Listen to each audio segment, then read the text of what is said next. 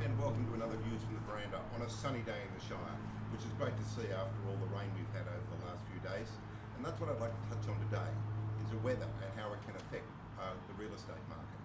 So obviously with all this rain, whether it be actually floods or whether it be bushfires, high risk areas obviously do have a decrease in value, and that's what we find. Obviously those places which are safer and known to be safe, they often have an increase in value.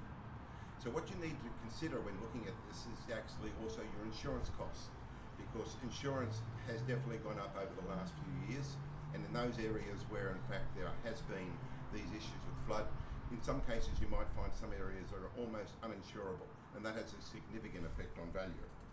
So, and market sentiment also comes into play. So there's the feelings that people have about certain areas, but what happens is with property prices, they do tend to dip in those areas which are affected, but depending on whether the community and the government gets on with the job and builds the infrastructure, you often find that there's an increase in value.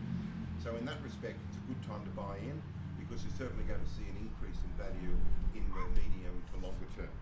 So in addition to that, obviously apart from regional areas, something to touch on is actually making your safe more environmentally friendly. So that includes adding insulation, it's adding safeguards around if you're in bushfires areas, clearing the area around your place, so you can actually improve the value based on what's been happening with climate change. So in addition to that, what you have to sort of factor in the long-term climate risks.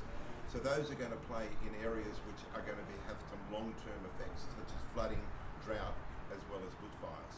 So look, if you'd like to know more about what's happening in your area, not in terms of the weather, but in terms of property value, contact us, message us.